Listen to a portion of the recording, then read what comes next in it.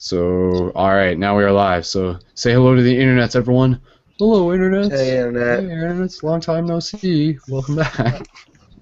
Cool. So this is another Paradigm Shift Radio Conscious Conversation After Party Hangout, and following episode 98 with Trusika, and it was all about magic, aliens, and the occult. And really interested to hear what you guys thought of that episode. And of course, those of you who may be new to all this, you can check out ParadigmShiftCentral.com and Facebook.com/ParadigmShiftRadio and check out the link for the episode itself. But yeah, this is just kind of freestyle, practicing, having discussion, and just sort of using our intuition and mutual respect to be able to manage and moderate this conversation amongst ourselves. So yeah, just kind of putting it out there. What did you guys? I know AJ had some positive reactions to the episode. What did you guys think? Any reiteration of some points that came up that sort of like caught your attention, perhaps?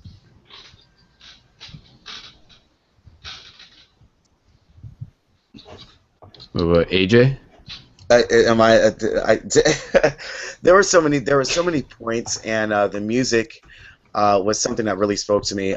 It's an artist that I've been listening to hip hop for quite some time, and I like conscious music, and I'm a singer as well, so I'm trying to step into that realm, using it in a different form, more EDM form or more trancey form, but still the same message. And so that was very uplifting to hear an artist that's really doing something that is positive for the community as a whole, and brings the message. And it's something that I definitely want to expose as many people to as possible, because it's needed. It's needed at this time more than any, I feel. And the coming together of like minds and for enlightenment, and being led by each other as well is just a wonderful thing. And so I think that as it started in the episode was really good, and then going into the magic form, and speaking about sacred geometry and the stuff that Trusika was actually going through in his spiritual journey, which aligned with mine in certain ways. And so it was just great to hear. It was great to hear those things being brought out in an open forum, and it just fed to my spirit. So it was, like I said, it was definitely a blessing to me. That's my stance on that. Cool, man. What'd you guys think of like the whole aliens thing? Like the idea that like aliens and angels maybe, if not the same thing in a lot of cases. Yeah, in my perspective, like angels and demons are thought forms that come from our mind. But if all is mind, I've been trying to grasp manifesting these like shadows of our own personalities or not, and how these exist in the world. And it's I equate aliens and UFOs, that type of stuff, to angels and demons and extra dimensional beings. And I'm trying to grasp whether they just come from our minds or not. That's my big question.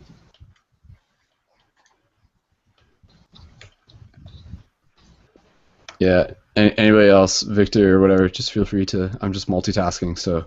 Well, cats can see into other dimensions, can't they? When they're looking at you, they'll start looking around you and seeing the energy that is out there. But we may not be a species that has the ability to access those fields, and whether those fields are just like being produced by our psychology or not. What matters is that we can experience it in some sort of way, like whether it's having a dream or just like maybe even taking a substance and you start to sort of see these things. Or obviously the most fascinating ones are when people are sober and they're in a completely normal state, and they come across these experiences with energies, and if they kind of feel like a presence.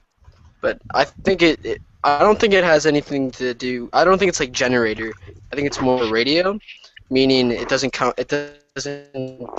get generated from our mind, but more like it's being produced like a radio. I think that's my opinion on it. UFOs, at least.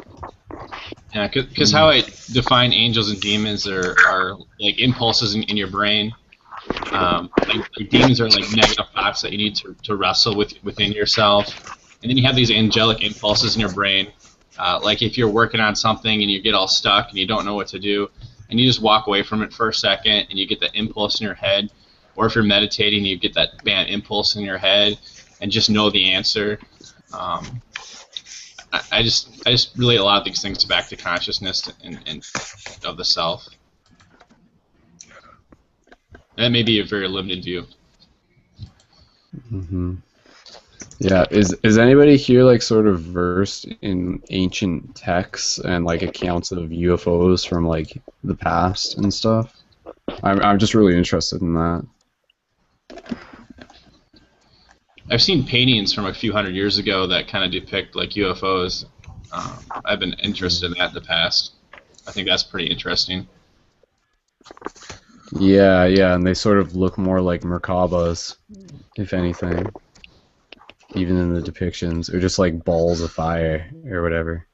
Well, even biblically speaking, Ezekiel basically was one biblically to be able to see what would be considered a UFO. So, I mean, it definitely predates a lot of things that it's been around. And I mean, if the Mayans and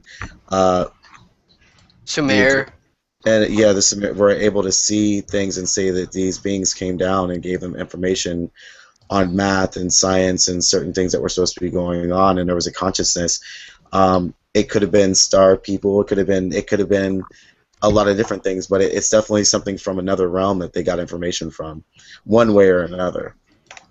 That's what I truly feel. Yeah, I want to take a look into Ezekiel again and in that story, Wheels Within Wheels, because now with my understanding of things now, Wheels Within Wheels is just the 3 zodiacal cycles, and that's where a lot of this information is actually divulged from in the sky. And you have Wheels Within Wheels in the sky are the 3 zodiacal cycles, that's daily, yearly, and the Great Platonic or Yuga cycle. So that's kind of how I see Wheels Within Wheels. I need to look at the scriptures to take a look further into that. I've gotten really big into Bill Donahue the last couple of years too, and he looks at all this stuff as consciousness in mind and the allegories that are in the Bible in regards to meditation and the zodiac, and just amazing stuff and allegories and how it's all, Well, a lot like of it. Carl Jung would Right. That's a valid point. What I've been more curious about recently is what is it that creates this great divide within humanity about those who dwell in the darkness and those who dwell in the light, and then those who are just in the middle, obscured from everything. I mean, I look around and I see so many people that, I mean, there are days when I'm hopeful when I'm with people like mine in the community who are open-minded and embracing new ways of doing things and occulted knowledge, bringing that to the forefront. And then I see so many masses that suddenly it comes into mind, it's like, whoa, most of the world's still asleep. And it's like that reality where I was living in with people who are conscious and aware, it's like that was almost a dream. And I'm kind of curious, and we know a lot, I mean, we get a lot of information out there about what's at the cause behind all of that and the governing forces in this world, and are they human or subhuman or alien and all that, because if we're all human beings and we all have the same basic potentialities, it makes me wonder how is it that so many can be staying asleep with everything that's going on around them, and others will rise up to what they see as not right and call on that courage. How is that so lacking in so many within humanity? Yeah, I was sort of reflecting on that just the other day. Just like, I mean, we're pretty versed in like a lot of this paradigm shift community, and obviously being able to talk to each other online and stuff. But you're right. Like when we sort of go out into culture, they're like over 90% of the people who are walking past, like have no idea, like have never been introduced to concepts like sacred geometry, or they maybe have heard of like lucid dreaming and stuff. But I mean, that's the thing, it's not like none of them are, like every single person has that spark in them, and every single person has like that path back to remembering a lot of stuff that's like just like innate within our nature, just like asking questions to just wonder more about this reality and stuff. But you're right, like it's just, you know, I sort of, when I wear like one of my shirts through the mall and it has like the open your heart like flower of life symbol on it, I'm sort of wearing it with the intention of keeping in my eyes open to see if other people are looking at it, and Right.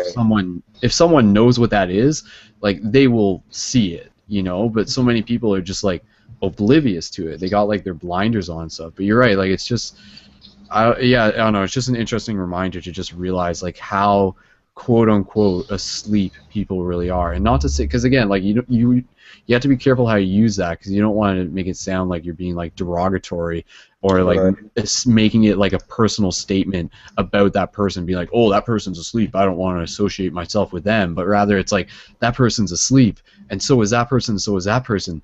How can we help them? Like what can we do to like assist and be of aid to them, whether it be them or whether it be like some kid who's like asking his own questions out on, you know, out in the high school playground or something like that, whoever it is.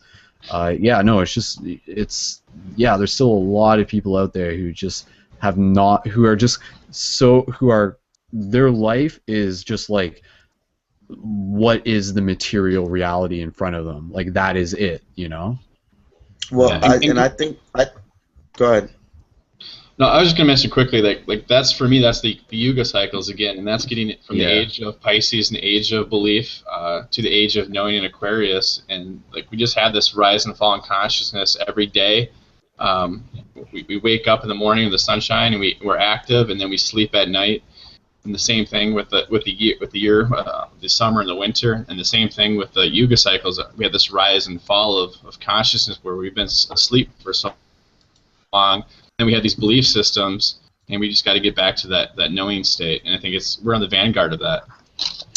And also, I feel like, and I've been trying to make changes in just people that I've met or friends that I have. I think that's what a really good thing in posting about what the radio shows are, what they're about on your Facebook.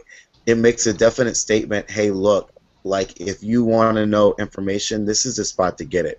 And I feel a lot of times that whenever maybe we were seeking enlightenment, that wasn't there, that it wasn't only, it was such a tight-knit group that they didn't really let a lot of other people in. They didn't make it aware to other people. And I feel like as beautiful as this is, and as understanding and even learning and having that self space, that's a beautiful thing to bring somebody into, because they don't feel like they're neglected. They don't feel like, wow, I have this belief, but then there's going to be guidance instead of judgment. And there's going to be understanding instead of criticism. And I think when you look at it in that sense, I just want to try and bring as many people in. So, you know, I want to post on, you know, hey, this is going on. It's really an important thing that I think that everybody should be doing when these shows are going on, and not be afraid of, well, who am I going to offend, or who am I, because we can't be hiding anymore about what it is. We have to be open with it and have a conscious awareness, and let that realm be something for other people to say, you know what, that crossed my mind the other day, or I heard about something like this, and now I have a venue to where I can go speak freely about this and gain information. And so I think that's a big responsibility that we all have.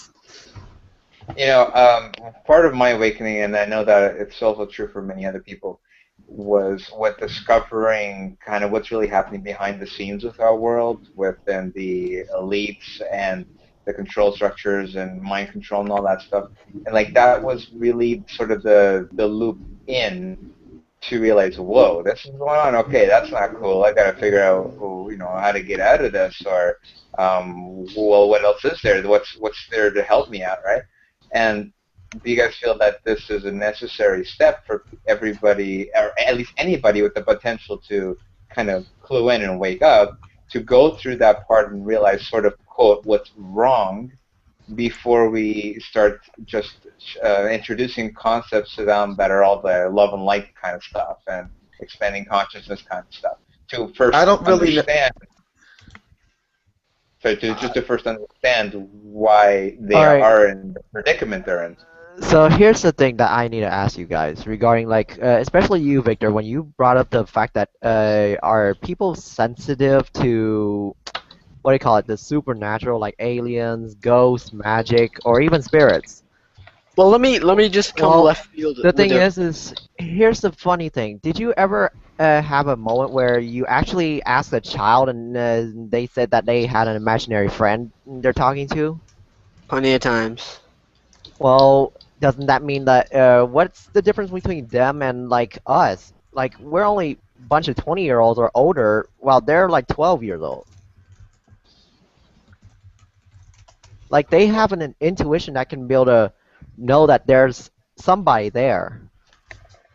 Yeah. Well, and I think that has I think two fronts. For one thing, it may be that they potentially are in communion with some other being, but there's also the other side where children simply develop these kinds. Literally, it's just it's in their head. It's strictly they're the only ones that are the observers of that reality, where there's another person or being there because they have some kind of mental trauma that this is what it helps them endure so that they don't feel alone in whatever it is that they're going with. So first off, you'd have to discern which is which. But like I'm talking about even those that are like little 8-year-olds that like there's the house is haunted, but I've seen some shows where kids they actually do sense spirits, and I have some friends who are only like 14-year-olds. Yeah, they have that. I think it comes in all sorts of forms. Like it can come in the form of just being in a really energetic crowd and feeling the same feeling everybody Yeah, else, it's like or what like is it? or like when your friend is about to say a sentence and you just finish the sentence for them. You know, you're just Yeah, picking up. exactly.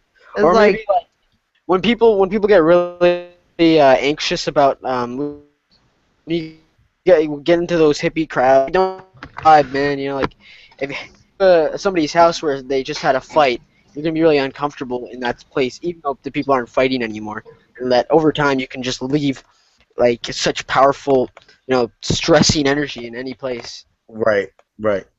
You were talking about that the other day so too. like yeah, like what makes us any less than animals or like even us humans when we're children we also have that ability, but somehow we just lost touch with it.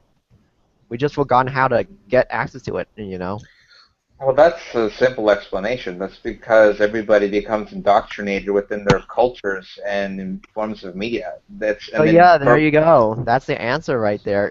That, that's the To easy answer. It's all those programs. The hard part is once you recognize that, it's like, shit, I got a lot of deprogramming to do. yeah, and Or that's how to or how to break free from the program sometimes. Sometimes the structure just doesn't you're I think this is speaking just for me.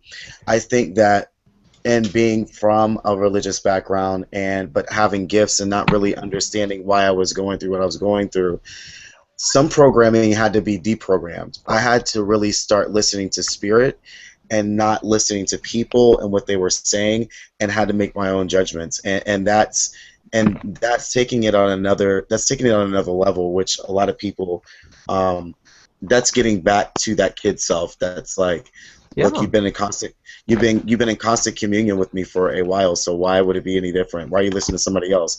I've always sent you the right way, but I'm still here, like for real. So but it's one of those things. Well, that's the thing because here's what I came across this article. I don't know if you guys like me read it, but like this is what the person said about why they love working with kids. They shared a quote. They said, "All I need to know about how to live and what to do and how to be, I learned in kindergarten. Wisdom is not at the top of the graduate school mountain, but there in the sand pile at school." Well, let me say this real quick. Children have an easier path to their higher self because they don't have as much carnal mind and garbage to sift through, and they don't have as much shadow work and all these. They don't Right. have all these negative aspects to deal with. So, I mean, there's a lot of biblical quotes on children. It's because they can activate the right hemisphere of their brain or their higher brain, and they play and they get into these creative aspects really easy, and they don't have all this adult garbage. Yeah, like here's even more things about the lessons learned from coaching kids. I don't know if you guys have the time to hear this, but like this is what this person learned about when they dealt with kids is they say, don't waste time during doing things you don't enjoy. And Mhm. like children, they are so good at asking us questions like, why are we doing this when we don't enjoy it? I had a lot of that. And they said, people really appreciate manners. I was like, wow, children, really? No? Yeah, and also Oh, more. I wrote that in the side chat. Yeah, and they Stop say it. take joy in simple things. And he said I was volunteering at a daycare center, like just doing simple chords and songs, and the kids go off the wall dancing. I was like, wow. Off the wall. That's pretty funny. Yeah, I was like, no wonder why AJ said jam on. Off the wall. Michael Jackson. It was. I Yeah. don't know. I'm just. I'm on a roll tonight. Like, yeah. Oh Lord, let me stop. Let me stop. We are live. Let me behave myself. Not sure a terrifying that happened. So my brother, and he's walking out of the building in Surrey at probably like 2 p.m. around there, and then he's walking on the sidewalk, and then this random. I don't want to be used derogatory terms or whatnot, and like offend anybody, but he this is his words, not mine. Some Guido-looking dude comes up to him, It's not really says that he's from derogatory. Albania, and is like chanting my brother to come closer to him. And my brother says, at it, like just out of nowhere, he regains consciousness, but not in control. This happened to my brother just 2 weeks ago, and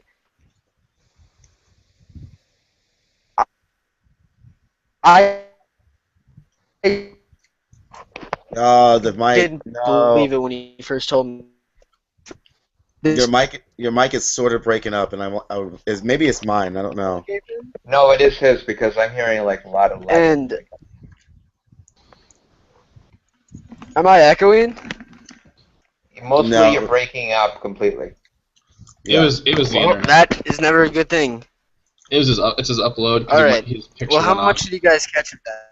Okay, so you're saying that was it your brother that went outside and then this Guido-looking guy was trying to enchant him coming over, so technically he was in a hypnotic state.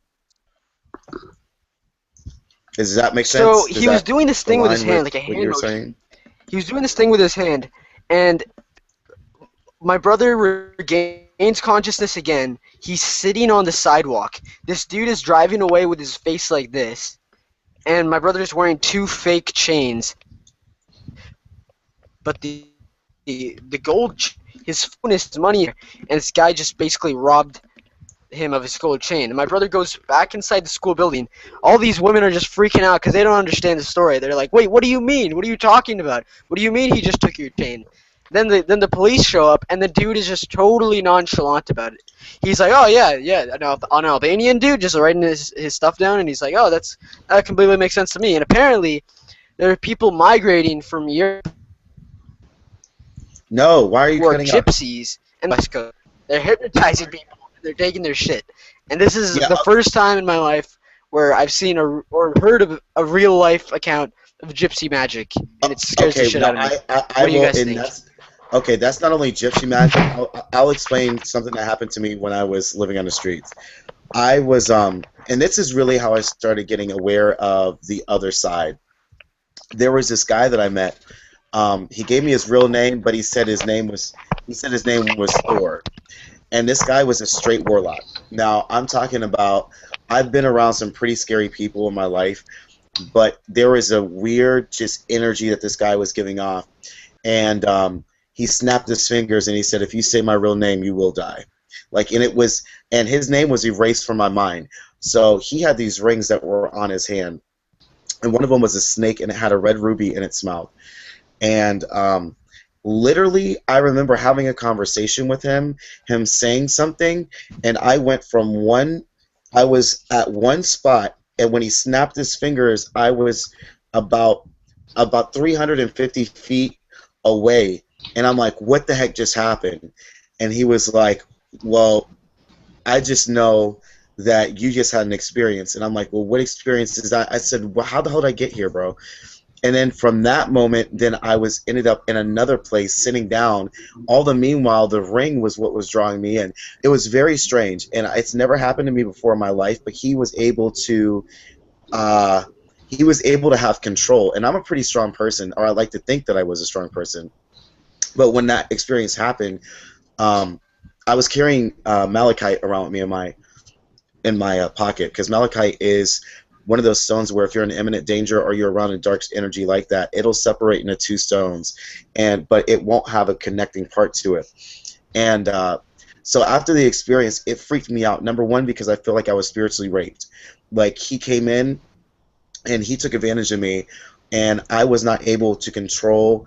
I was out of control. I didn't have control spiritually, and as to where I thought I was strong, I was around something that was stronger than I was, and I had to go through almost like a boot camp for myself to build myself back up spiritually. It was, so I can totally relate to what you were saying, because I've been through that experience, and it's very scary, and it scares me that you say that that's going on where you're at, because I wouldn't wish that on my worst enemy. I really wouldn't.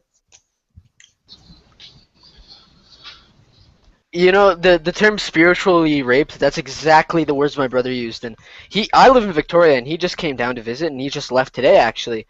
And he told me that this happened to him, like, when I was there in Surrey, and I was just shook. I just couldn't believe it.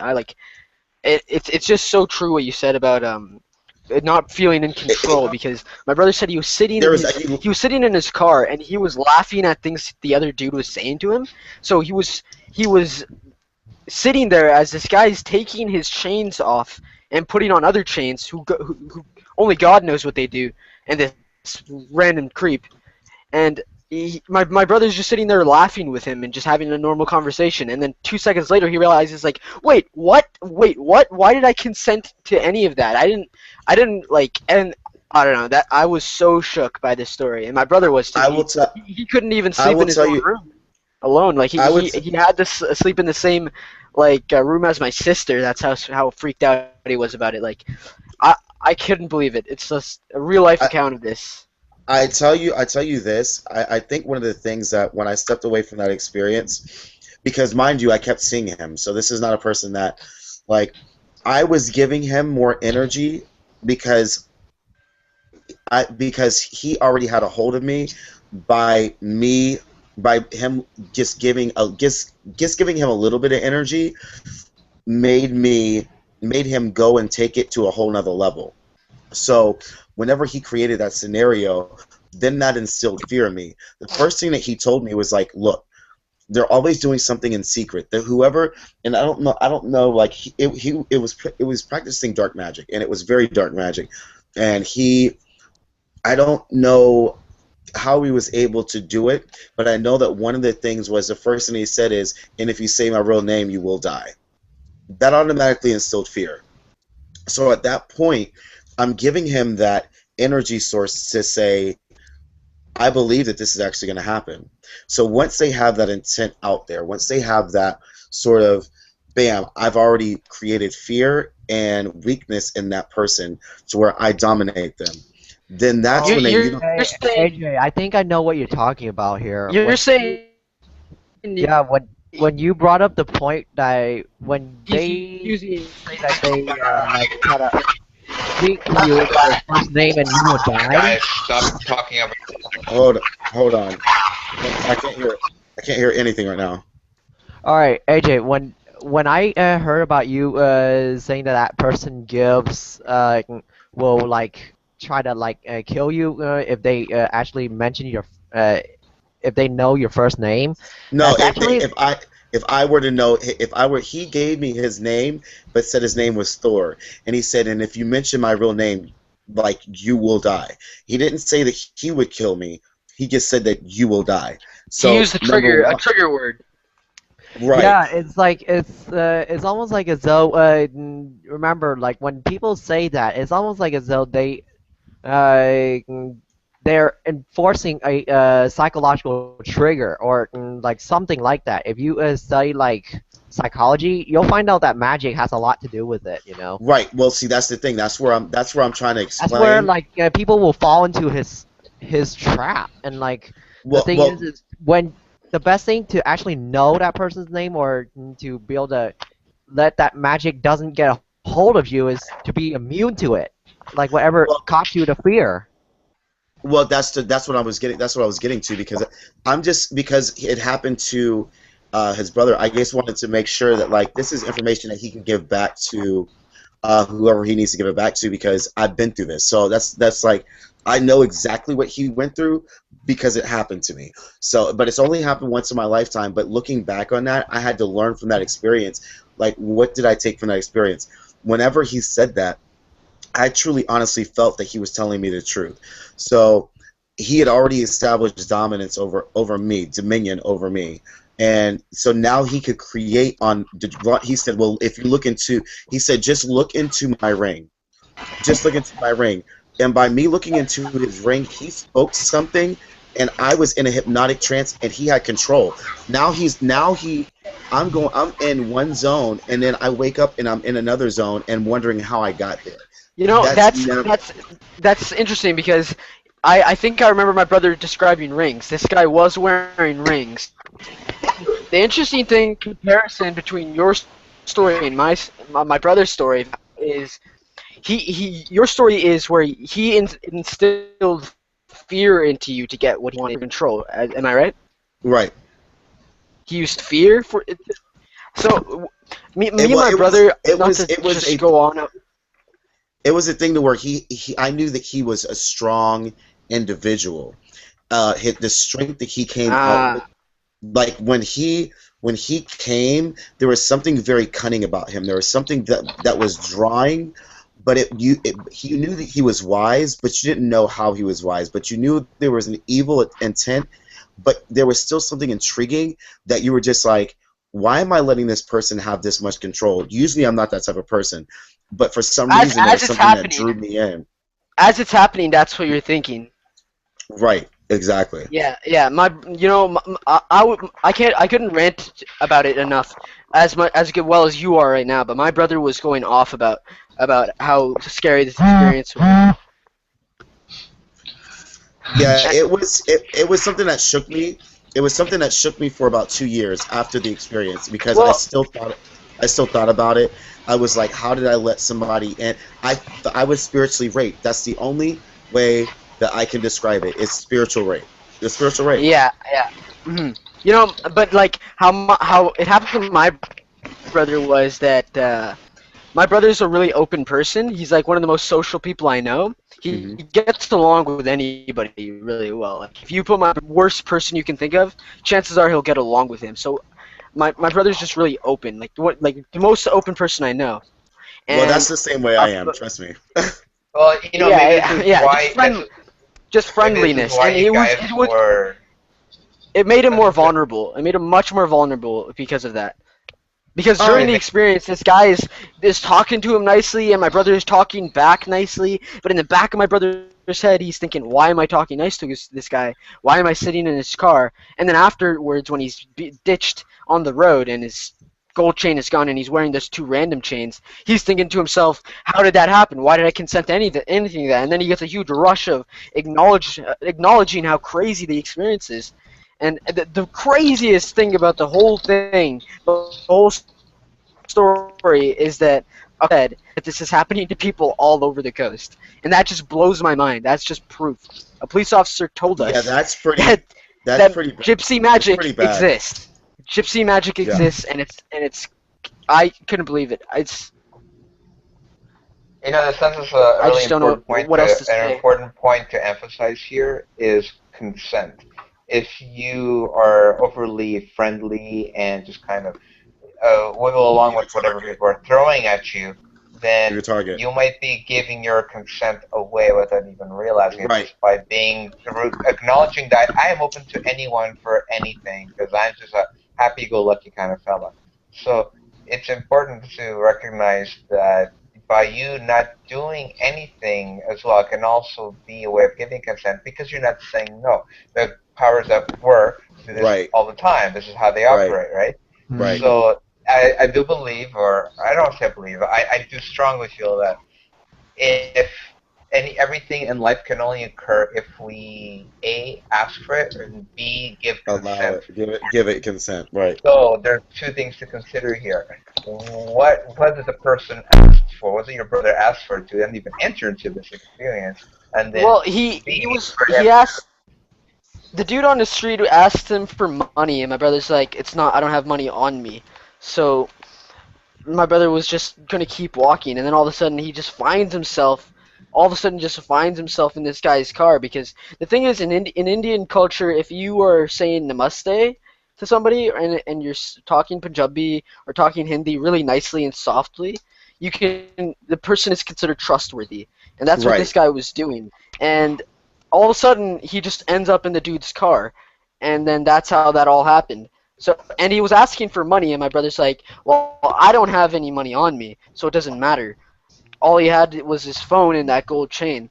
So it's a really odd story and an odd situation to be in. It's not an odd situation, and it's not an odd story. And I'm so, you know what, you brought up something that I had not thought about this guy in several years. Like you brought something up that Can I you never. can you add my brother? Can you add my brother on Facebook? Yeah, Because yeah, he needs to hear this. He needs to yeah, hear this. yeah. I like You can I add haven't. me, and then I'll, Yeah, yeah. I've never talked about. I don't think there's anybody. I've never talked about this story really with anybody because it was sort of embarrassing for me. It was sort of one of those things where, wow, like I just got caught like with my pants down, and I let somebody. And it's one of those things where you learn. It's a learning situation. That's never happened again.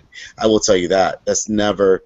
That there is just a place to where once it happened once like that, I learned how to protect myself real quick. Like it's not, no. I There's not. think you let your guard up again. People always talking about letting their guard down to let people in, but some people just let too much in, and now maybe it's a Well, when you're a naturally nice person, and I'm such a giver, and I'm open with everybody, and I'm the one that like I will do everything for everybody before I do it for myself. So it's one of those things to where we're more vulnerable as people like that because even when I lived in the streets, my motto is I trust everybody until they give me a reason not to trust them. I know how to use discernment to a certain extent, but if I can go ahead and I want to give you the benefit of the doubt because I think that's everybody's right. It's like that you should come from a place of trust to begin with, and then if I see certain signs that it's like, you know what, I'm just not vibing at that point, then I can make the conscious decision to step away. But you deserve that. And then there's people that you just feel that just you're like, no, you just have that sense of knowing.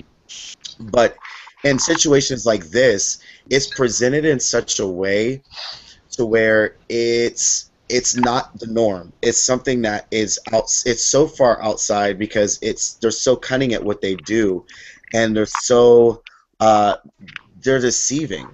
yeah. So All you have to worry about in the modern world is getting to work on time. Doing all those mundane things. You just never ever expect this, but it is no, It is it's pretty real. normal if you think about it. If you think about it historically gypsies have been all over the world, and that's what they Right. do. They travel wherever they want to, and they just mess with people basically. That's what they do. But it's a part of this life on Earth, and I didn't know that. I just never took it into account before, and now that it's happened to somebody I know closely, I don't know. I definitely can learn from it as well because I consider like to be pretty But I close will. with my brother. Whatever bad situation he's in and he tells me about, I'll probably learn from it too. Whatever bad situation I'm in, he'll learn from it too. So I But I think will like also say I that was just as freaked out about it as he was. I will also say this: your brother has to be psychically inclined on some level for that to happen as well. It does not. Absolutely.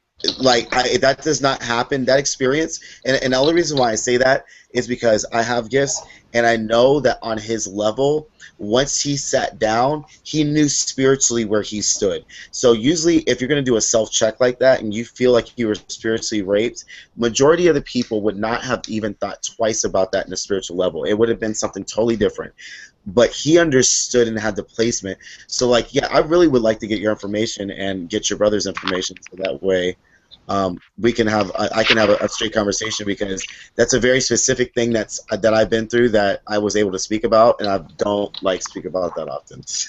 Yeah, I just yeah. don't. There's few people. There's few people that story has been told to, because it is. You do get that feeling of like embarrassment a little bit, because you It don't really is. It's understand. embarrassing. You don't really It's understand embarrassing. what happened to you, and you can't really explain it to people because But you do what is it? What is understand it that. even? No, you understand it later, and that's what I was about to explain. I said, I looked back on the situation. I said, my first thing was, where did I give him strength? Where did that start? And it started by him saying, if you say this, you will die. So then right there, after I gave him that acknowledgement, I'm considering that straight truth. So what I'm doing is I'm feeding the energy and the intent that he's sending my way, and I'm giving him dominance. That's where my door was opened.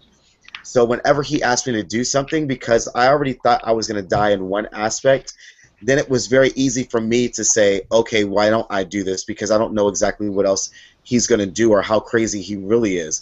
So, like, but he doesn't seem like he's going to harm me in any way. He never stole anything from me. He never really did anything to me per se, but he hypnotized me to a point to where I knew that I was in different locations. That does not happen on a normal basis. So I gave him that power, and I fed into it. So when I was looking into the ring, I'm opening that gate, like I'm trying to fight with one sense. I'm trying to fight it, and I'm feeling this energy coming over my body, and I'm trying to say, okay, no, I'm gonna fight this energy. But it was almost like I spiritually passed out. That's what it felt like. I felt like he was stronger, and I spiritually had let him in, so he was able to do whatever magic intent that he was setting there, and he was able to go off of that. And I had already surrendered to him, so everything became easy. So now my doors were open, and I can't shut them, because he almost has control over me, and he had control over me for a little bit. It wasn't just that period that I lost control. It was over. It was over, like, I would say maybe a month time period that I had almost lost control when I was in his presence. So it wasn't on more. It was more than one occasion. So that's where it's like, and you learn how to, who to, after that experience, you learn who to open yourself up to and what to sort of guard yourself up against, and place those things there. Not saying that you're not a trustworthy person, because that's our character. Our character is always going to be the same, but you just have to make precautions. It doesn't mean just because you have a house and you should, you're a giving person, that you shouldn't put an alarm system on your house, because things could happen. You want to protect your inside, just like you should try and protect your inside spiritually from things that are coming in from the outside that don't need to be there. If You that know, makes any sense. the most interesting thing about it for me, and I agree with everything you just said, but just kind of change topics to more of just like what they could do with that sort of ability on people, and just like taking advantage of people like civilians. The most fascinating thing is the manipulation of perception of time. He felt like it was only 5 seconds. Yeah, I know. Where Yeah, it's very weird. It's weird. yeah. It's weird. It still freaks me out, and I would like to say that it didn't happen, and I'd like to say that it would have never happened to me, but it did. And my perception of time was totally skewed. When I was in his presence, there was no time was not existent. My perception was totally skewed. That's all I'm saying, and it was very crazy. It's very crazy. Well, what else do you think these people could do? Not to get all put like Bill But they O'Reilly do- on these guys. They can do whatever they want to do, because they're in your space. See, that's the point.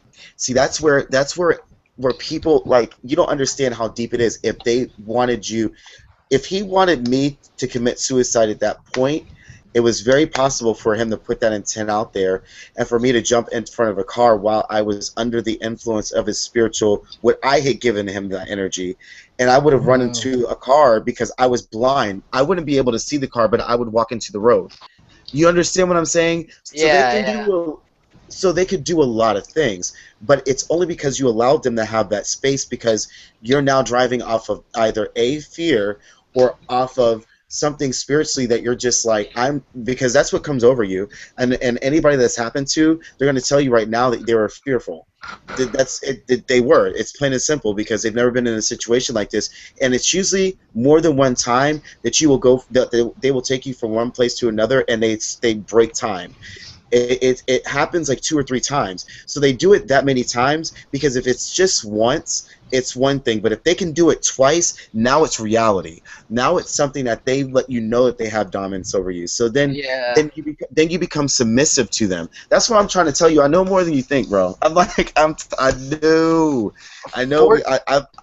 Fortunately, the man is doing this because there's several, like, not even just several, just a whole immigrated amount of people from Albania, or someplace like this, and they know this guy specifically. The police are like hunting him down, and he's been doing this to people so actively and frequently. It's almost like you know, those mythological stories of those, you know, people needing to feed off other people, innocent people, because they just need to, like it's an addiction. Do you think it's like what is to gain for them, do you think, other than like it's power. It's power. What do you think it is? They are able to control you. So they're feeding off of your energy. You're giving them all of your energy. You are now their slave. You are their slave. So why would it, you as humans, majority of the time, majority of people want power. They want to have dominance over something because that means that they have control. Because most people, as out of control as they are spiritually, they have to find means to go ahead and have control on another level.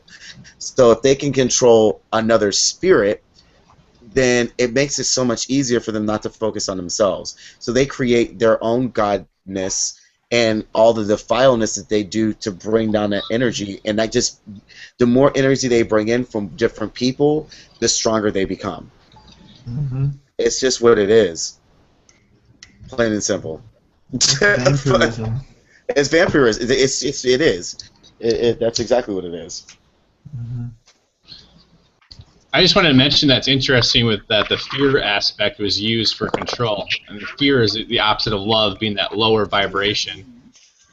And that lower vibration, putting somebody else in a lower vibration state, or a polarized state even, allows you to have dominion or control over another being in that that's way. the thing. Like, I wonder what's the point of all these so-called controls over people's minds or all those stuff, you know? It's like, that's just ridiculous. See, this Well, actually to us, what I was asking about earlier, getting some feedback from you guys, because okay, so how are we all wired that some of us will submit to this or have crave for this kind of control, but others aren't? And this was back when Brendan was talking about aliens and things.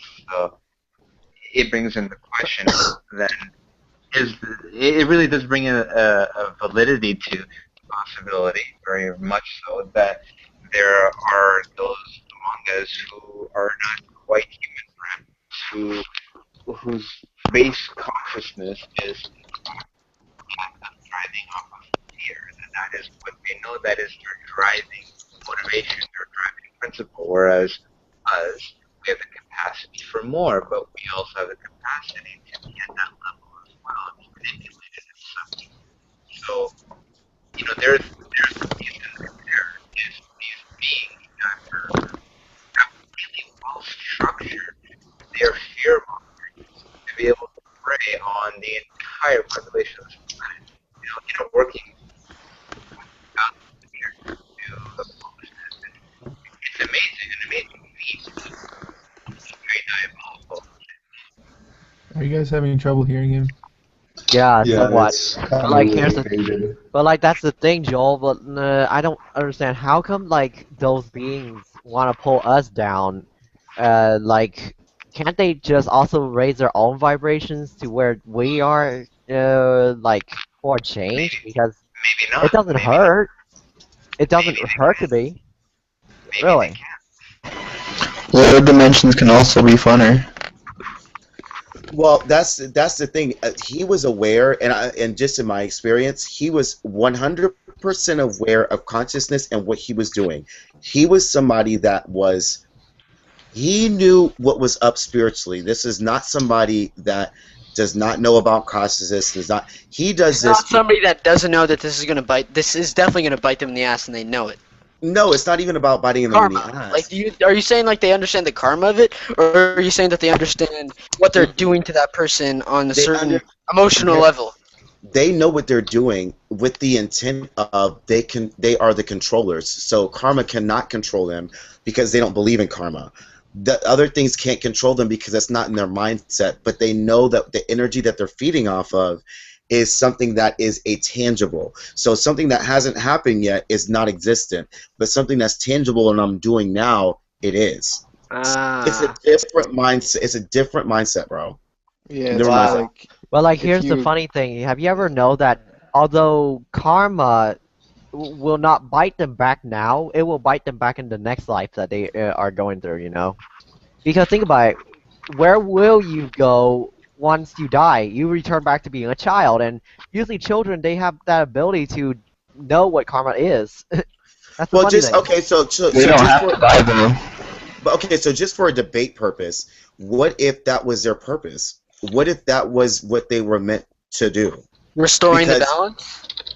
To restore the balance. If I would have never gone through that situation, I don't feel like I would have been as strong enough to go ahead and what maybe it was just their purpose to be there at that time because I needed to go through that on a spiritual level to say, you know what, you need more work to do.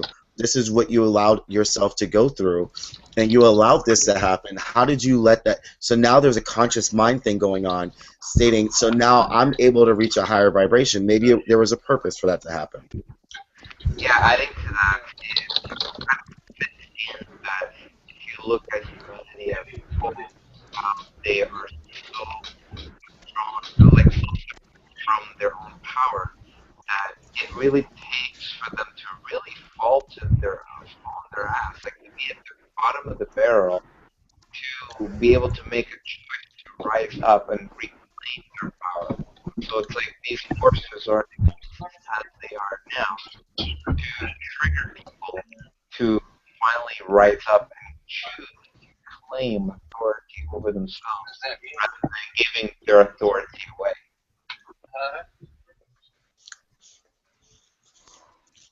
Okay, well, I've noticed that in other cultures and in other practices like in Santeria and other things like that, a lot of the times, once they're letting other spirits that control them or other spirits that guide them, the other spirits give them a certain amount of power, which then goes back to going back to that whole thing to where it's like they crave that power, so they're doing it for a specific purpose. And so that's where they want to be. That's what they want to do. That's something that's just a part of them, and they've allowed that for themselves. So I mean, you know, I guess maybe the main point is it's all in what you allow. Yeah, be aware of what you think. So. Yeah, in learning some neurolinguistic programming a long time ago, I kind of learned a little bit about stuff, and I got really mesmerized a little bit by Darren Brown's ability to do these type of things. He had a TV show in Britain. I don't know if you guys are familiar with that at all. He has an entire show in Britain. It's been several years now, but he wrote books on this. But he does all this stuff you're talking about and more on his TV show. Some of it he gives away, some of it he doesn't. I haven't read his books. I think I have them though.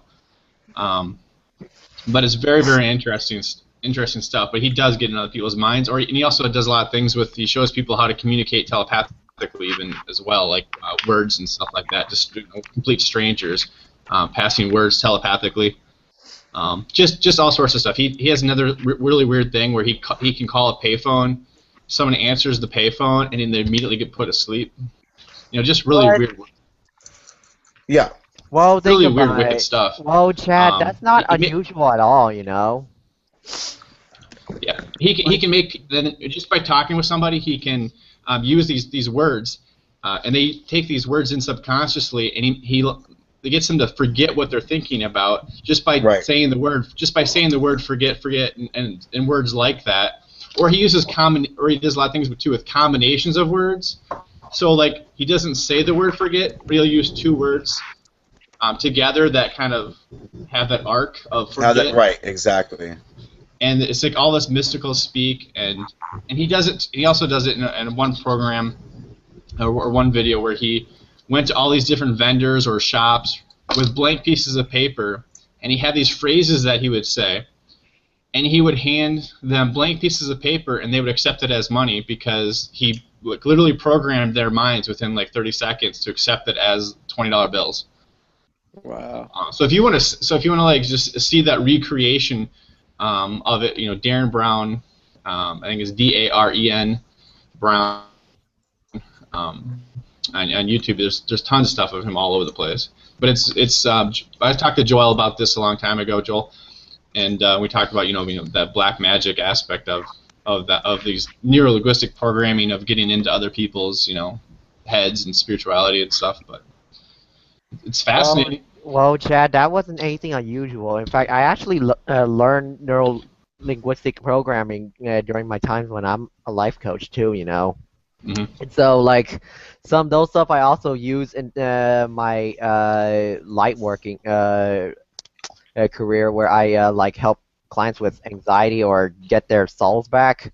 It's like I had to get through I had to really use all those stuff to get through their minds, so that way I can know where their souls were kept, then unlock it.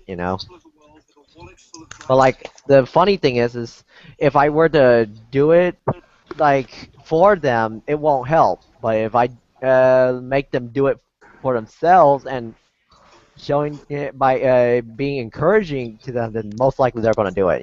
It's funny. I'd like to comment on what Chad was talking about a while ago. As far as the gypsies, for the longest time when gypsies come around, people had protection from what they called the evil eye. And I'm not sure what exactly that entailed or anything. I do know about some of the Kabbalistic talismans and stuff like that of protection, but I don't know what all they use. But I know there's a bunch of different methods of protection from that. Yeah. There's I haven't got into like protections and stuff that much, but yeah, that's definitely there's things that you can do. And I know from Darren Brown, he does like stuff in audiences and stuff, or other people. They pick out certain people too, so they understand like this works better on some people than other people, for sure. Like the Jedi mind trick only works on weak-minded people. Yeah. Well, here's I have a strong feeling or inclination that it comes down to. Joel, can you turn up your microphone some? Okay, I'm gonna see if I can fix my settings. You guys keep talking. Alright, so here's where I stand regarding magic and human consciousness, the power of it, because it's been a long while ever since I remember the last time I created my first miracle when I was 10 years of age, And like the thing is when it comes to consciousness, it's like, first off, you guys already know that how powerful your consciousness is, right? Yeah, Merkaba, Mm-hmm. Well, think about it. Throughout our whole human history, we're powerful creatures already. We can create all sorts of crazy stuff.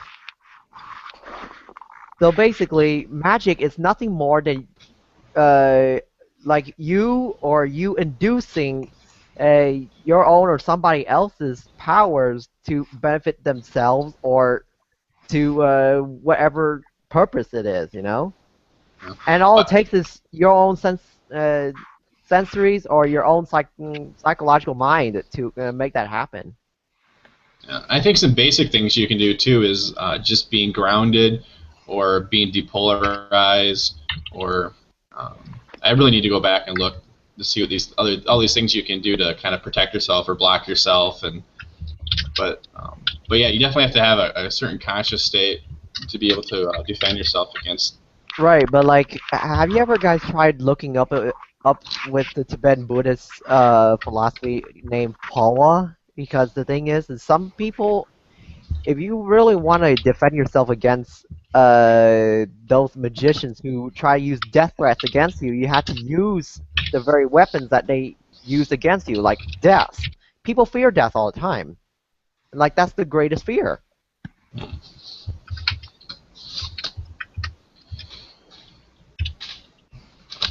like try looking it up and see what you find out there. Yeah. But like I was looking at a lot of people with the last couple weeks, complaining about like Mercury retrograde and those type of things. And I did a lot of things that you're supposed to do during Mercury retrograde, and I find myself, really balanced and try to be grounded and stuff. And Mercury retrograde didn't affect me at all. Like I had no issues whatsoever. Well, same here. I find that interesting. Well, same here, and especially when I'm sitting around with children, it's like they don't seem to be that affected by it. Am I correct about the retrogrades? I really don't know. I'm pretty new into that thinking. But I went back. But the entire Mercury retrograde, I went back and worked on my website. I did projects that I've been wanting to do for a long time. I saw family I haven't seen for a long time. I saw friends I haven't seen for a long time.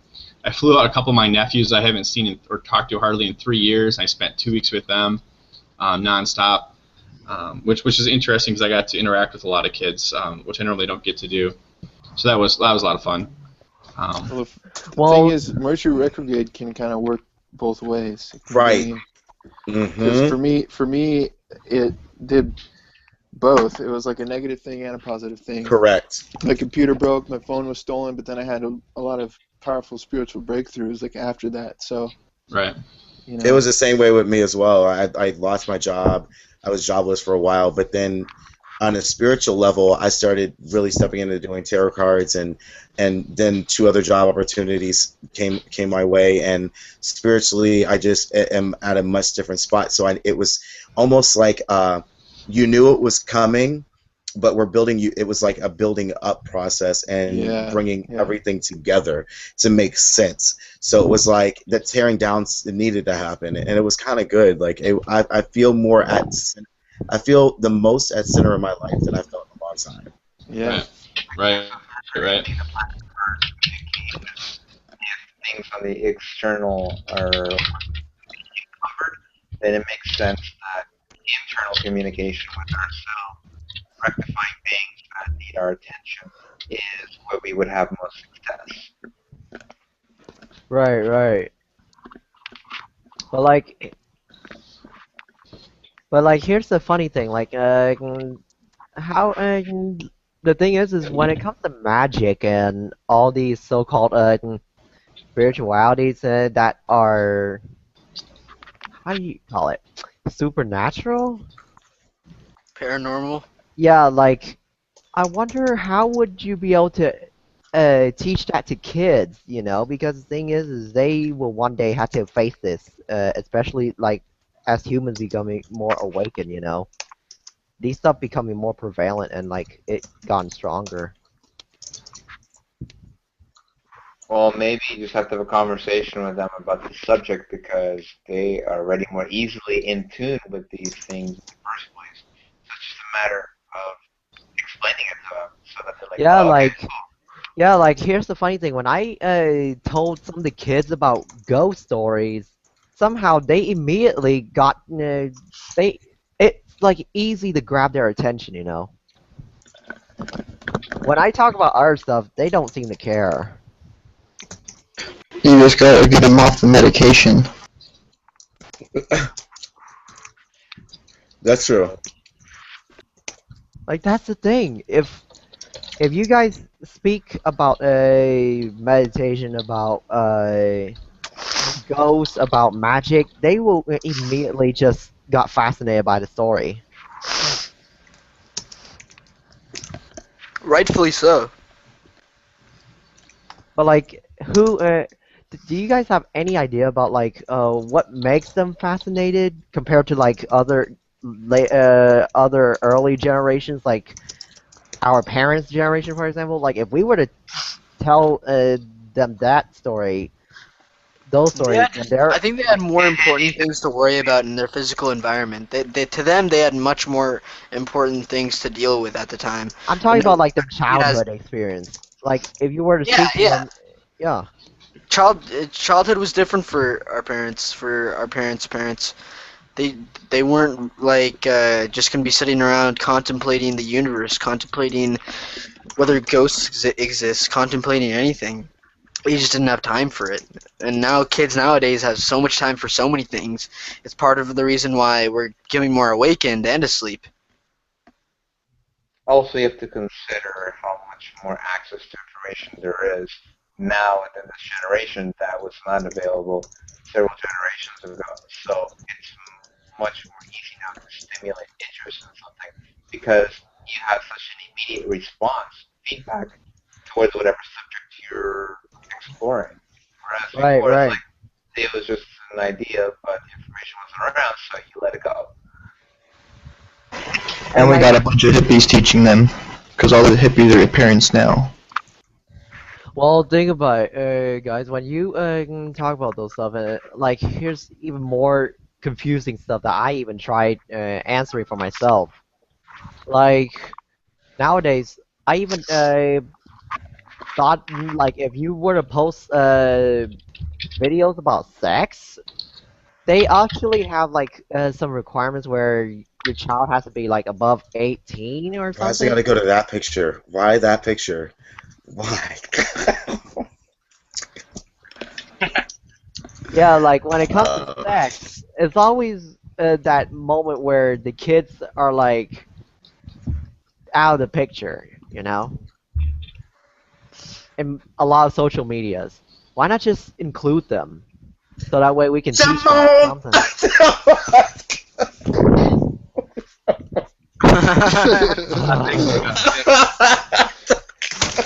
Dude, NJ, if you bring up this inside joke one more time, we're gonna make this paradigm shift. You make it so easy for me though. Like you make it way too easy. I'm sorry. It was the perfect moment for me. Seriously, It's the perfect moment. you're really gonna make this paradigm shift radio a rated R show next time. Me?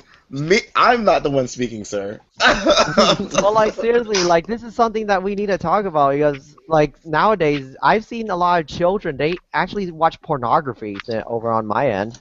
Have you? Yeah, it's true. If we exposed it to them more, they'd react to it much better. They need Yeah, to be like exposed movies to like more the types of 300s and the Rise of information. the Empires. Like, think about it. You see a bunch of sex moments in there.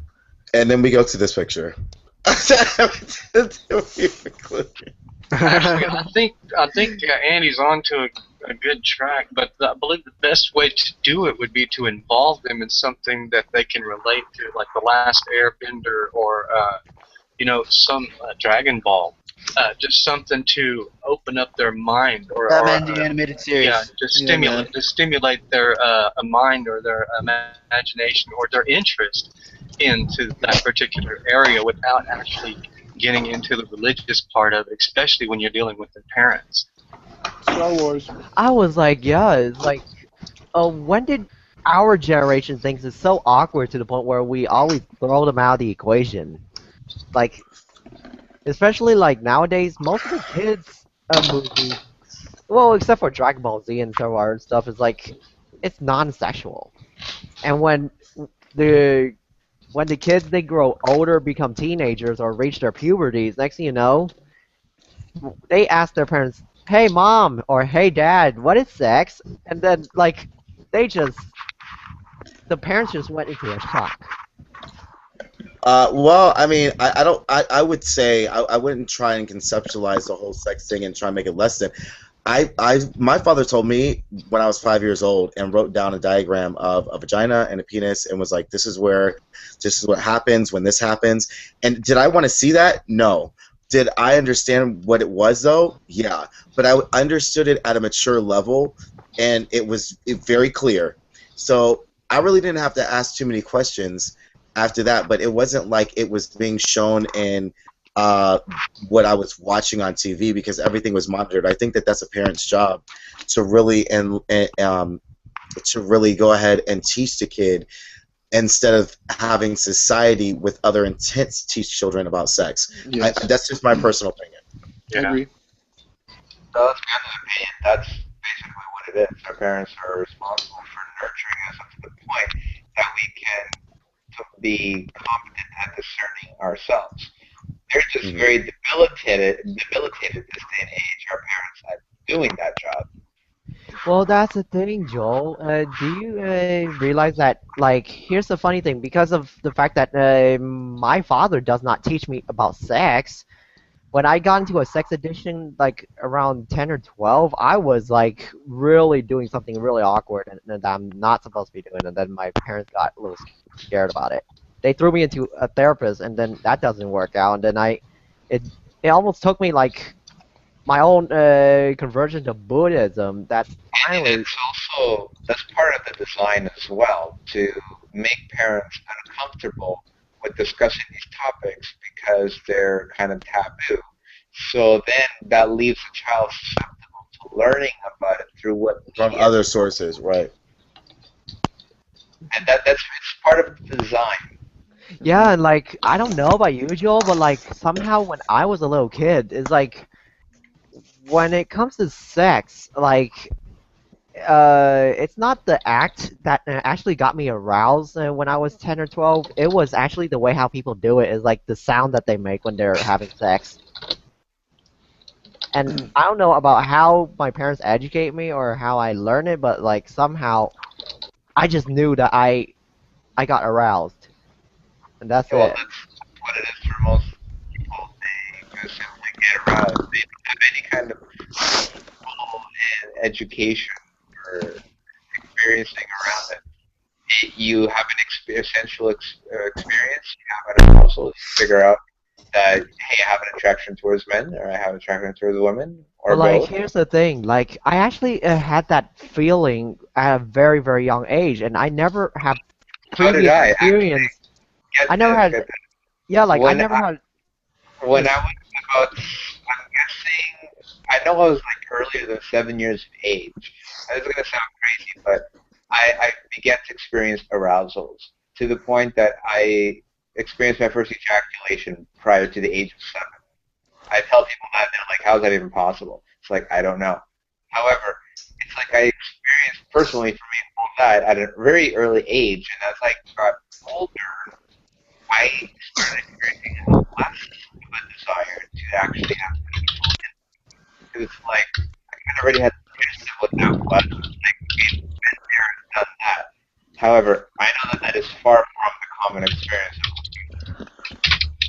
But I was like, what is it that causing my behaviors to be like this? Is it because like of the fact that we're overly sensitive human beings, or is it because that's just part of being human? Well, part of being human is that you're easily prone to addiction, and addiction can take many forms. Like Whether it be no, sex, I mean like sex addictions, like it doesn't sexual matter. feelings.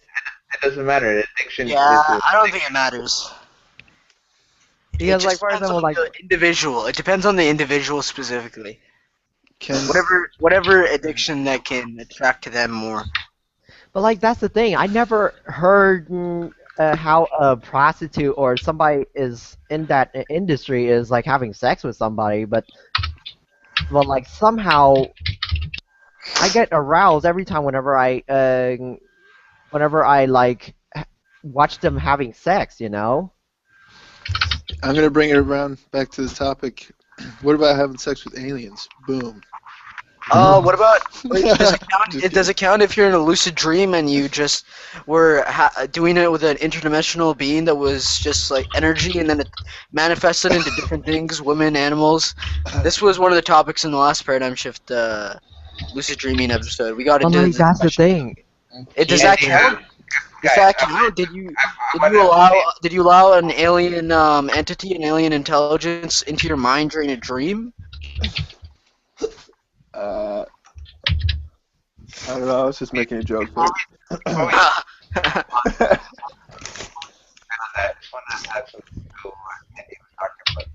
hey, I think we need to mute ourselves when Joel's talking. I'm sorry, we can't hear you, Joel, because Everybody mute together. Why? Anyways, listen, Andy, it's when you're having addictions playing out like that, look at rebelliousness. A rebellious is to expressing something that you have been in some way discouraged or impeded from expressing. So perhaps this can be extreme as you yourself were somehow okay, this is hypothetical, but you could have been on the receiving end of some abuse, physical or sexual abuse, and as a result of that, judge that experience as that I need to now be in control of this.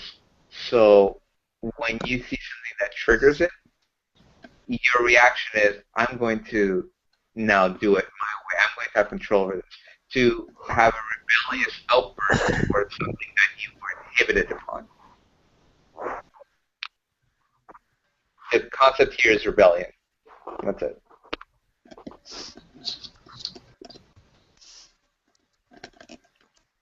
Well, totally off subject, or actually back on subject. Narak over here, Narak Kanun, had a topic that he was talking about over in the chat box. It was pretty interesting. About the Dogon tribes of Africa. Have y'all heard about those? I have not.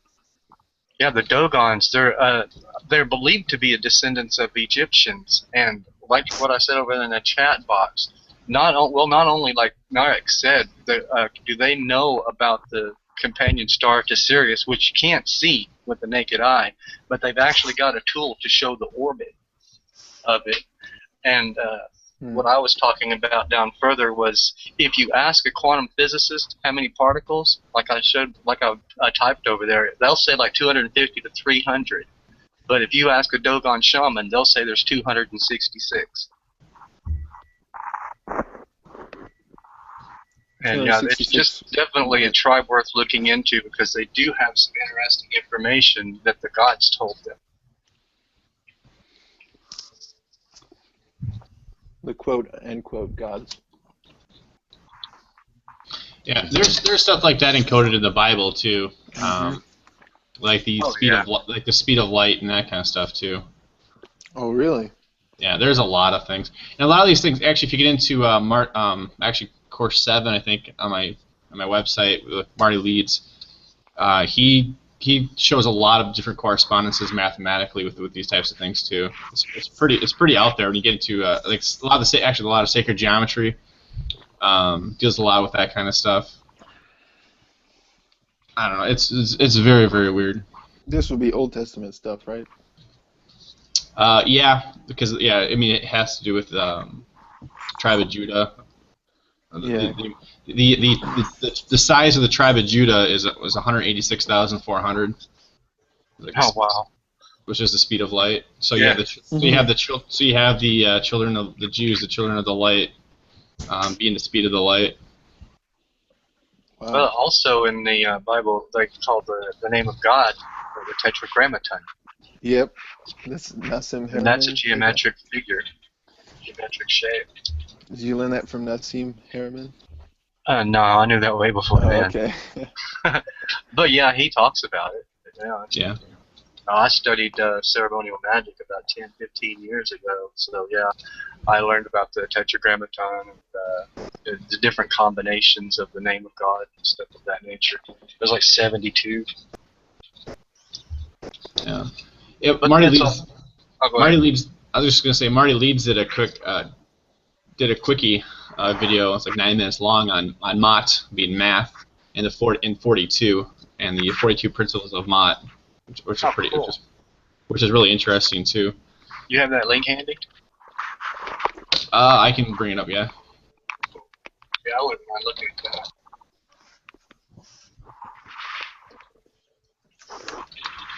But yeah, that's just like Michael would say. That's just one particular box of information, But it's valuable information in a sacred geometry that you was talking about.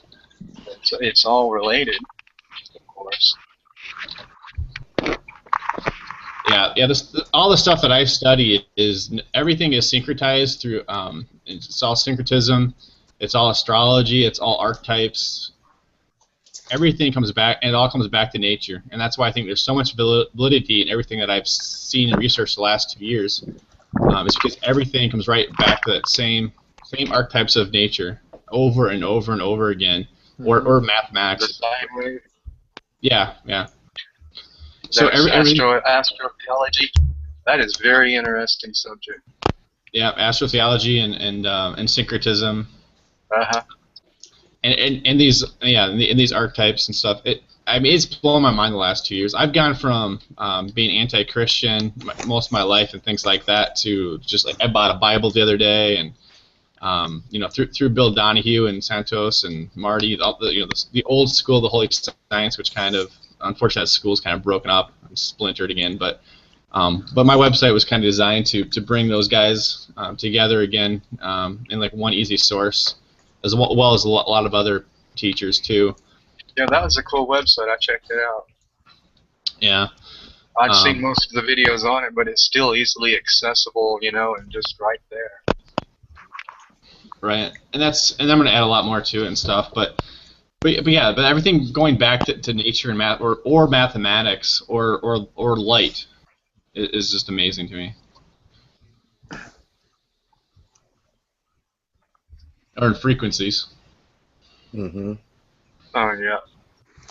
Yeah, there's one ritual in ceremonial magic that has to do with lux, Lux or LVX actually.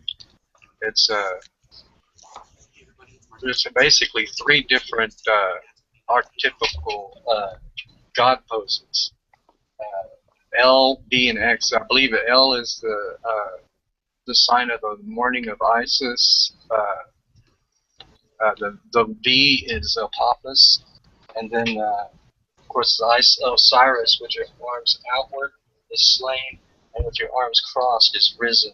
But what that is LVX is lux. It's a definition of the process of transformation, creation. But yeah, you can find more information on it. I'm just touching briefly upon it, but it's been a while since I practiced it. But you brought up light, and I thought of that. It's almost like the nature of light. Yeah, and that syncretizes with the chakras for me, and that with going through Bill Donahue's videos syncretizes with the 7 seals and Revelations, and how Revelation is the unlocking of your consciousness. Oh yeah, that's cool. I had never heard anybody mention it, but definitely, yeah, the 7 Sephiroth and the 7 seals are all and the 7 deadly sins, the 7 virtues. Those those are all on the Tree of Life. And the 7 visible planetary bodies. Right. Yeah. And also being how it's the middle of the pH scale, which is a perfect balance. I can barely hear you. Yeah, balance is. Of course, I don't have any headphones on. I'm just listening to the speaker. So. Oh, he just mentioned the pH balance being 7. Oh, okay, yeah. That's also a particular key point because that's where the body finds its balance as well, and how we need to keep ourselves in that balance. Most of the time we're not. Most of the time we're in an acidic state, which destroys the true temple of God, which is our bodies. Right. Exactly. Well, one thing that I've gathered from the Kabbalah is it seems to be a balance of logic and emotion. A logic, the intuitive and the logical sides of our being, and the different Sephiroth, they touch upon that. Like, oh gosh, it's been so long. Hod is logic, where Natsach is emotion. And those balance out. And that's all the Tree of Life is completely about, is just that balance. And sinking and following the middle pillar, the path of the arrow. But there's also the path of the flaming sword. So it depends on which way you want to go with it. The path of the flaming sword is more like for magical stuff, where the path of the arrow is more just a straight line to enlightenment.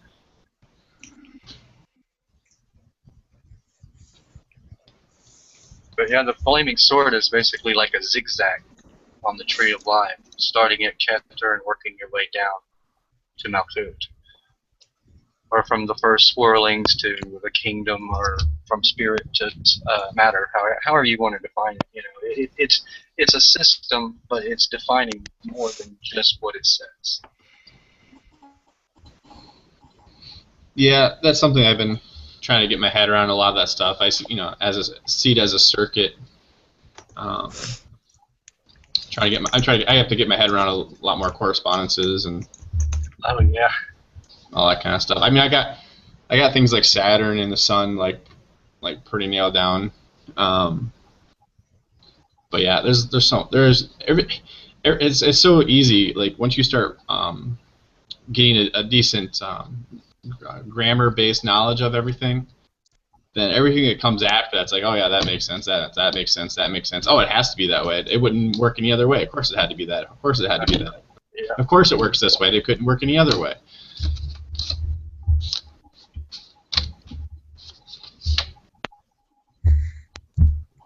What's that? As a Santos Bonacci, he's the one that's really opened up people's awareness to that and how it all interrelates. That's why I'm here today. I mean, because right after 2000, December 21st, 2012, like that Christmas break, I started watching his videos somehow. I don't even remember how I got linked to that. And I watched them all. I watched every single one. I did too, back to back. Yeah. In like a week's time, I watched like 100 hours worth of tape, and then I got hooked on the School of Holy Science, and I've only dealt really with Bill Donahue and Marty Leeds and a few other people, but yeah, I got completely hooked on that. I just ordered online for the Zodiac and the 12 tissue salts, or whatever the title's called, because I was watching Santos' presentation on that. That one particularly caught my interest because he went at length to describe how the rising of the energy through the spinal fluid, and how its journey back up to the optic thalamus is what enlivens the brain to exercise all the dormant activity and our potentials. That this can't happen when our bodies are in an acidic state, and that it is the 12 tissue salts, when properly balanced in the body, enable the body to be free of any disease and to nurture our physiology so that it can house the greater potentials available to us. And from a physiological perspective of how that everything else from the astrology ties into all of it, it just seems like an amazing connection to understand. So that book I'm looking forward to reading. Does sound interesting. What book is that? Actually, I actually have that book. Zodiac? I actually have that book here. The Zodiac and the 12 tissue salts, or something like that. But it's interesting because he describes how when you're in the womb and you are being nurtured prior to being born, you're in there for 9 months, and during that time frame, you attain a balance from 9 out of the 12 tissue salts. The other 3 will be the ones that you never gain exposure to while in the womb, and those will be the ones that you will be most imbalanced by throughout your life, and that need the most particular attention. And each tissue salt is also covered by each of the 12 zodiacs. So depending on when you were born, that month, and then the following 2 will be the 3 that you're most likely to be needing particular attention to. So it's very important. Those would be very key things to know so that you can tailor your diet, your supplement, all that stuff to address the physiological aspects that you're most deficient in, and which you would also be able to tell by the 12 bodily systems that are most impaired within your functioning. And that's what you need to work on most to bring balance, so that you're able to get that crisis oil, that rise up spinal cord and back down and cycle through to create Kundalini energy flow. Mm.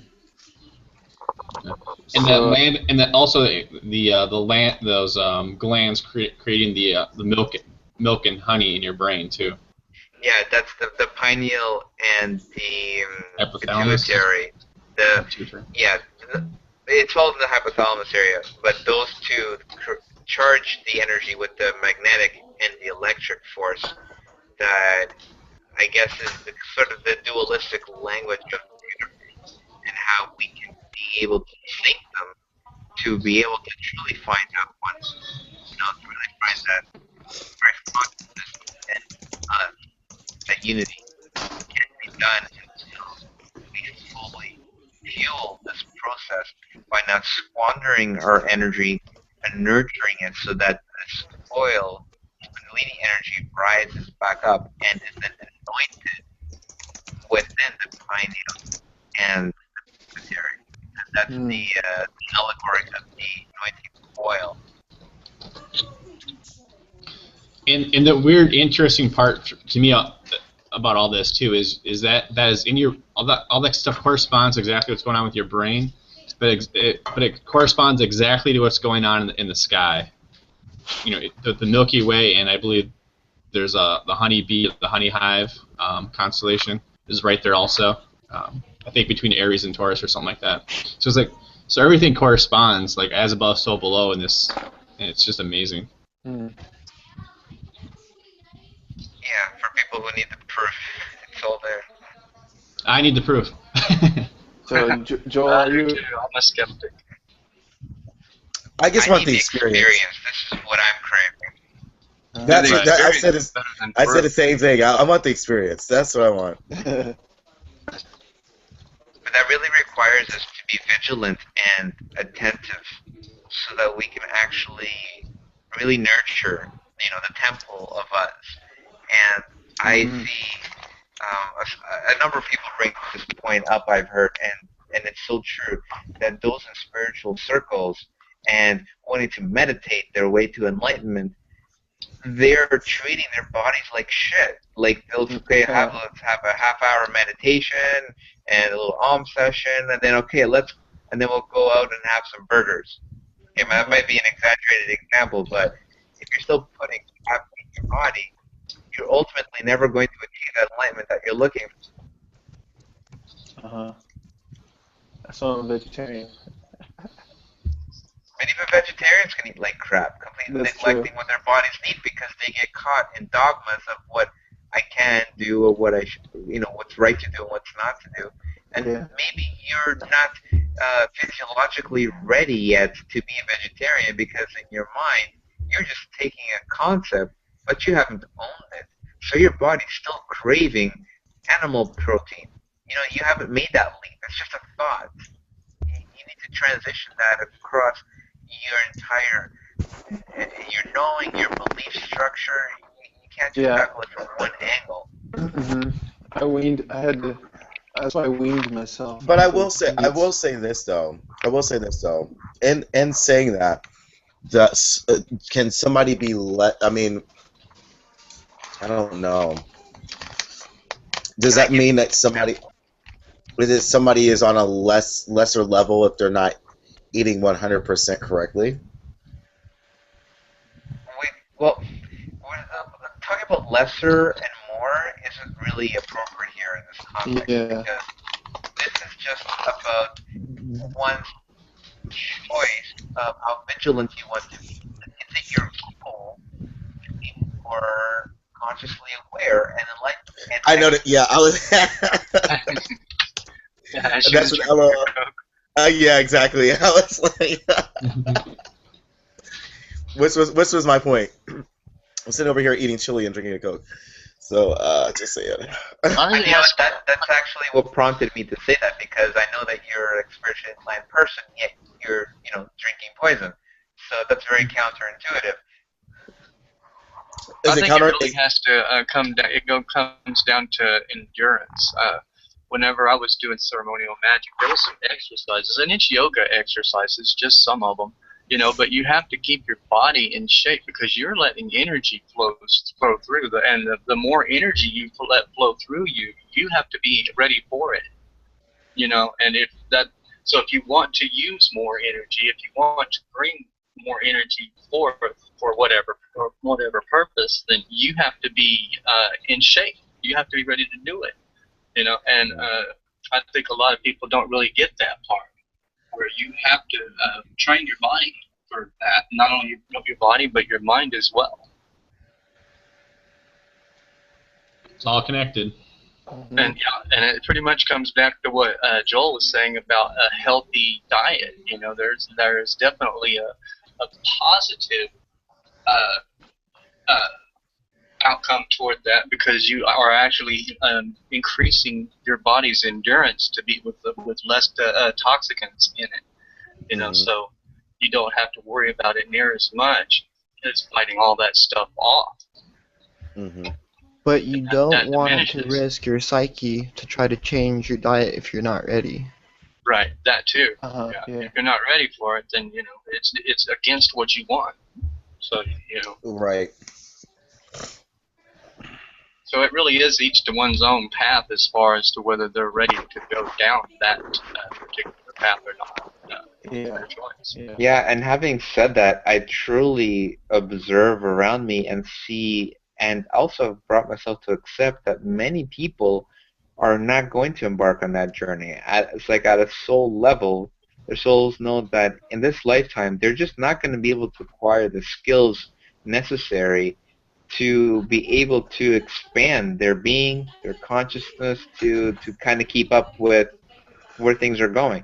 And I don't think I will be surprised if I start seeing a lot of people die in the next couple of years, next 2-3 years, simply because their souls will have elected a checkout point because they know it's pointless to keep going on.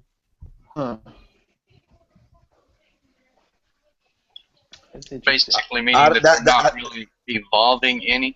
But so like pretty much like the analogy of the Christian tradition of being sheep, just being taken care of, and that's kind of like what we do, just with us being conscious and understanding and being awakened to the oneness and the love, we try to help, even if they don't understand what it is, that they're actually going through.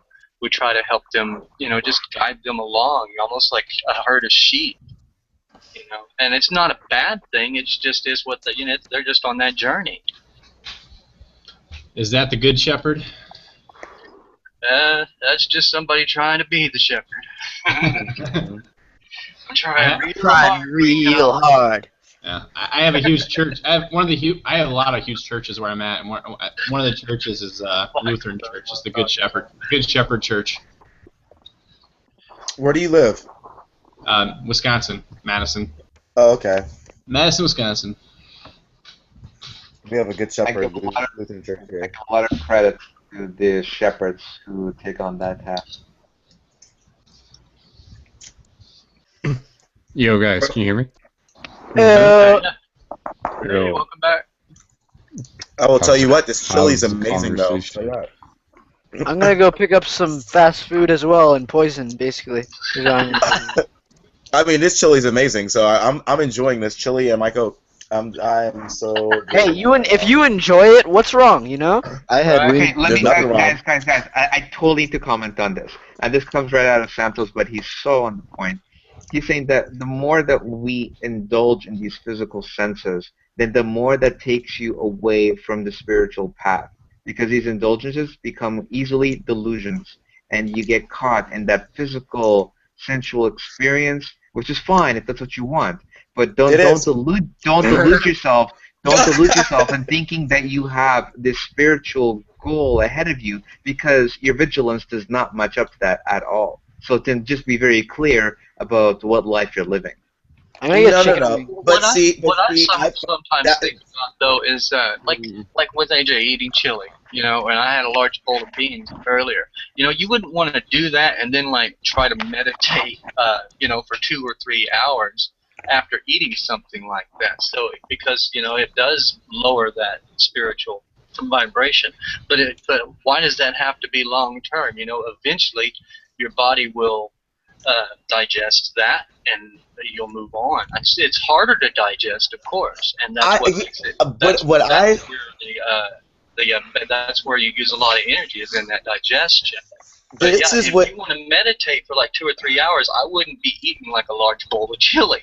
Because it's not a large bowl. Well, it's I'm not saying it's good or bad, DJ. But I shouldn't have to justify. But a bowl. I had some beef. Moderation being key. However, moderation can easily be overlooked, and we can start playing into addiction. Right. Yeah. I understand this all too well, way too well. Yeah, I had to stop eating whenever I was full. You know, I didn't let myself get miserable. I was like, okay, I'm full. I'm stopped, and I wasn't. My bowl wasn't finished. You know, so you know, you just really have to be aware of what you're doing. I enjoyed how it tasted, and I could have ate more because it was great. It tasted good, but you know, it would also have made me miserable and weighed me down. You know, so I took the responsibility to say enough. Well, right, exactly, and there are, because trust me, it's just been recently that I've just sort of, because I eat predominantly healthy, and I've always was raised to eat healthy, so it was just kind of like, but every once in a while an indulgence is an indulgence, but I don't feel like but it sounded like what Joel's intent was, or what was the driving force was that you're never going to reach a spiritual level because this is what you're doing to your body, period. And I think that in saying that, that tends to stronghold people, because you should always reach for you should always have a stronghold to go ahead, or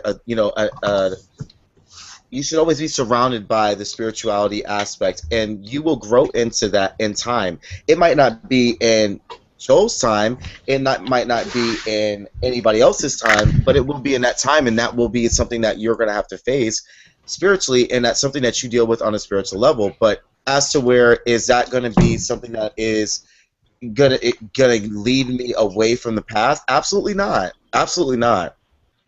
Hello. It can actually help because it improves your ability to use associative learning to create a full understanding of everything. Because the more experiences you have in every single. But I gotta go, guys. Hopefully, you guys when I get back. But I'm only gonna be out for like. Oh, take it easy, man. That's a cool lizard.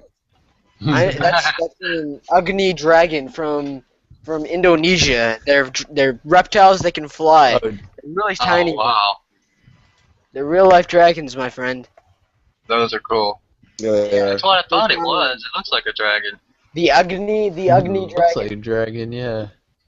All right, I gotta go, guys. I may be back. Peace out. All right, man. Yo guys, I was actually just gonna say I'm gonna shut that. Like, I'll just stop the live broadcast, but you guys can keep hanging out. Okay. So, okay. Switch it over. So cool. All right, here. Let me just do that now. So say goodbye to the internet, guys. So bye, internet. Bye, internet. Live long and prosper.